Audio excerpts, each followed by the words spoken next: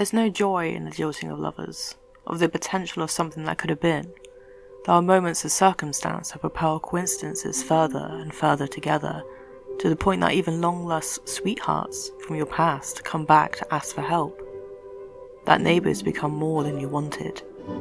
When a soldier working on your farm based on misfortune sets his eyes on you and your wealth. We follow various stories: a heiress of a farm, an ex-farmer, the neighbour, the sergeant, all in search for some sort of peace and prosperity.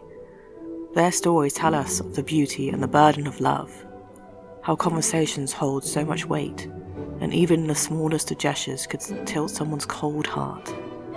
How an idea can make a new life, but the old one can tear it apart. And how someone can give you so much attention at the beginning, and yet, in the end, present their true selves that hinders your progress. It's difficult to maintain a balance when it comes to work, life and love. These ideas, these actions, these coincidences, all far from prying eyes, all far from gossip, all behind closed doors, are all far from the madding crowd. This is 2 takes, and this is 1 shot, an analysis of Far from the Madding Crowd. The concept of a madding crowd goes well in the characters of the story. Intentions are there, consequences are seized, and love or hate seem to come hand in hand. They have these quiet lives that collide with each other, content in the knowledge that their love is returned. But their emotions and impulsive decisions seem to reject a jilting of their feelings, and 3 examples present these jilted lovers and their decisions.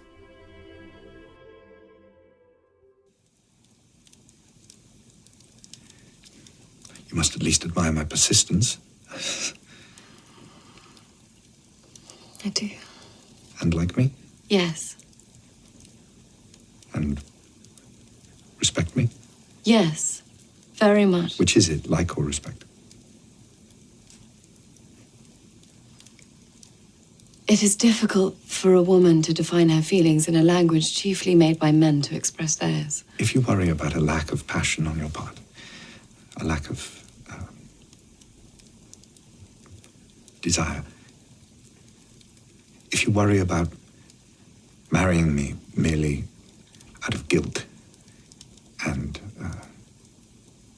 pity and compromise, well, I don't mind.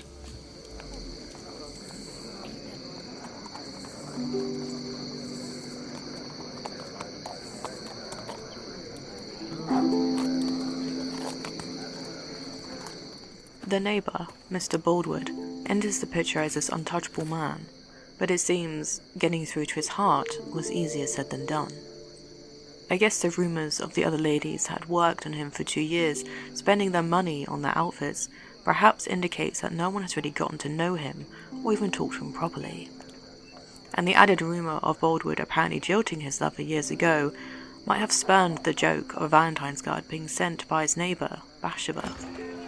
To prove a point against men always jilting their female lovers, or just a prank because Boldwood was not as friendly as she wanted? Impulsive decisions spurn the suddenness of the Valentine card and caught Boldwood off guard. And so, someone liking you, giving a bold first move, might have pleased Boldwood, and so he went for it, heart first. Within this instance, Boldwood is the character to emphasize security, safety, and the tradition of love and marriage. In the sense that the potential wife shows interest, is pleasing on the eye, and is available. Bathsheba shows these traits, and instead of being honest and saying it was a joke, she almost strings him along, and then gives him an answer to his proposal many months later. He is a worthy suitor, and it is a shame that this happened to him. The waiting, the longing, and then to his passionate killing of Troy when the dream was so close. Mr. Boldwood, although firstly seen only through his past actions, rumours and gossip, has matured in our eyes as the viewer. He becomes more and more once Troy enters and abruptly leaves the picture. The worrying factor was the interpretation of the Valentine to be literal. Then how his peace of mind has become disturbed enough to venture into the lands of potential love. Like Bathsheba, perhaps, he has never known love, and with this danger come the thoughts, the overwhelming feelings, and the passionate actions that we later see. Boldwood, although he can protect, comfort, and provide for any worthy woman, it has become a sort of desperation. With Troy proclaimed dead and the farm struggling, Boldwood is more than happy to come to the rescue. His love is overpowering, and there is almost a dominance in his wanting, almost like he wants to own Bathsheba. Which is an interesting take, as before, when Oak asked her, she proclaimed that she didn't want a husband, but rather someone to tame her, and yet Bathsheba has, in so many words, tamed herself through her hardships, with Boldwood wanting to proclaim the title of husband. There is a scene that shows a terrible grief with the loss of potential love, when Boldwood hears of Bathsheba's marriage to Troy, and through Gabriel's eyes we see this just after the wedding celebration. He made clear to Oak that he is promised nothing, and yet he is overwhelmed for the lack of a life that he'd imagined with her. Unrequited love can be like a life lost, it seems. A dream that can only stay a dream, whether or not there is a yearning for it to become a reality. This life lost, of potential love, rears its ugly head at the end, when Boldwood kills Troy through passion. His own life was spared, but a life lost through lack of freedom as well shows the hardship of having a heart brimming for a love, a desperate wanting that is never fulfilled. It shows the impulsiveness of a love in wanting.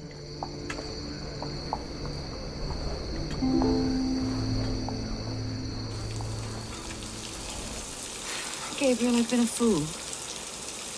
I've always had contempt for silly girls dazzled by flattery in a scarlet uniform. And now I've done what I swore I would never do. But he told me about another woman. A woman more beautiful that he'd loved before, and I couldn't bear it. So somewhere between jealousy and distraction, I married him. I don't want an opinion on the subject, Ed. In fact, I forbid it.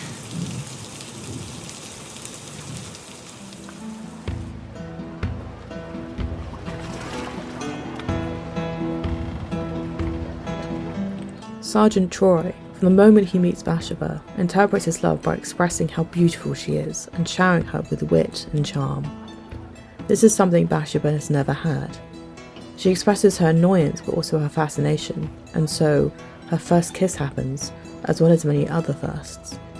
Because of Troy, she was introduced to sex and love with physical means. He takes what he wants, giving lust and a want that Bathsheba cannot handle. A desire like none other. Like a whirlwind romance, whereupon their impulsive emotions reflect each other for a limited period. However, there are also moments, even in his speech to everyone in his wedding celebration to Bathsheba, that he includes his new acquainted power. He expresses his liking of the word master, enjoying the taste of being something else besides a soldier, someone above that station with men and women around him that work for him, or do things for him. He says he's no longer a soldier, but the gusto of his love for drinking and dancing, of celebrating things, is unchanged. His love is almost presented as an object, much like all the things he expresses or finds pleasing. He enjoys the station he is in, the money, the people that serve him, the food, the alcohol. However, this is short-lived, as in the next scenes of Troy asking for money presents the power dynamic. He doesn't have any, and this makes him frustrated and listless.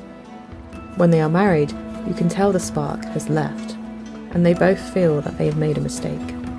We understand this because Bathsheba says it to Oak, and how Troy expresses it to Fanny, his late sweetheart.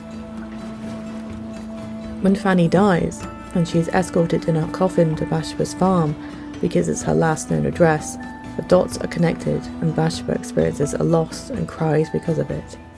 The loss of others not getting what they want, or realising that becoming distracted because of Troy's advances and jealous of his sweetheart, Fanny, now dead, has come to naught.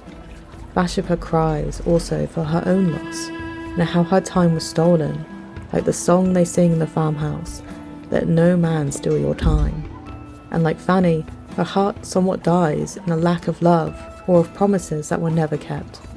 And later, in the same scene, how what was left of Bathsheba's heart gets ripped out when Troy says she is nothing to him and leaves, swimming out into the sea, attempting to end his life to be with the one he truly loves.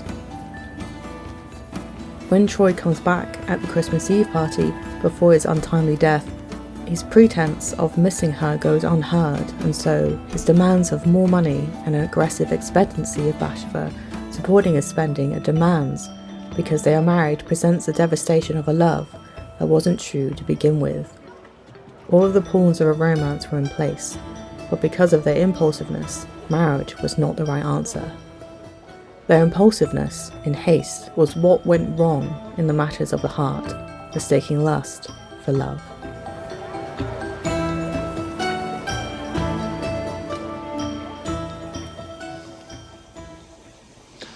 I'm not such a fool as to imagine I might stand a chance now that you are so above me. But don't suppose I'm content to stay a nobody all my life. One day I will leave you. You can be sure of that. But for now, I care for you too much to see you go to ruin because of him. So if you don't mind, I'll stay by your side.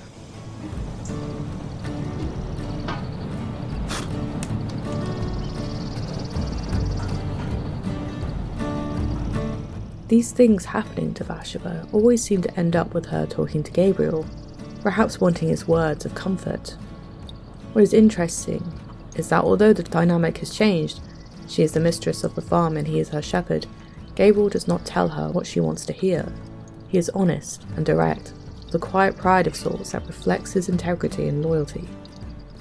He keeps his feelings out of it until he feels she is in danger, and the greatest thing is that he is being himself around her, not tiptoeing or trying to make a good impression, the most important factor being that he respects her, he encourages her, is also challenging her. He sees right through her, sees her as she really is. He is content to be by her side, whether as a friend or confidant, but also cautioning her to see that he will not be there forever. As the times change, so does circumstances, and it's only right at the last moment does Bathsheba realise that the ever-loyal Oak was the protection and love she needed. Gabriel, in his station, went beyond it and became so dear to her, expressing his disdain of Bathsheba's actions towards Boldwood as unworthy and beneath her, heeding his warnings about Troy, explaining the rains are to come that will destroy the harvest and then doing the work by himself, listening to Bathsheba's worries, being honest but not influencing her decision-making, even coming out of the darkness to help stop the fire on the farm, not even realising Bathsheba was the mistress of it. Gabriel Oak, by all accounts, is a good man. This can even extend to Boldwood, becoming his right-hand man, able to hear all of his sorrows, that is hope of gaining Bathsheba as his bride. Gabriel quietly took it all, understanding that he was below Bathsheba now to ever warrant her approval of him, but that doesn't mean that he hasn't got approval of himself. When he was ready to leave for another life, to be somebody, she asked him once more to stay by her side. When he realises that he was her first sweetheart too, his heart opens up wildly to her. The more time they have together, the more the friendship or companionship grows, and then some.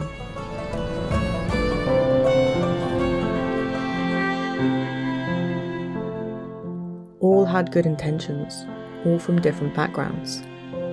Gabriel Oak, a man with little words, more action than some, quietly living and earning his way, sharing what he has with both he and Bathsheba were on the same sort of level, before her inheritance, and being there even when the power dynamic had changed.